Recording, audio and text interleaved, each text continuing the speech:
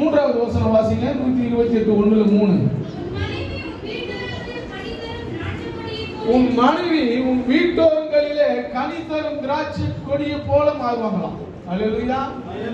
வெற்றி உள்ள வாழ்க்கை. நீ தேவனுக்கு பயந்தா உன் மனைவி உன் குடும்பத்தை நடத்தக்கூடிய கிருபையை கர்த்தர் கொடுப்பார். அல்லேலூயா. உன் பிள்ளைகள் பயந்து நடப்பார்களாம். உன் பிள்ளைகள் உனக்கு செவி சாய்ப்பார்களாம். தகப்பனுக்கு செவி சாய்ப்பாங்களாம், தாய்க்கு செவி சாய்ப்பாங்களாம்.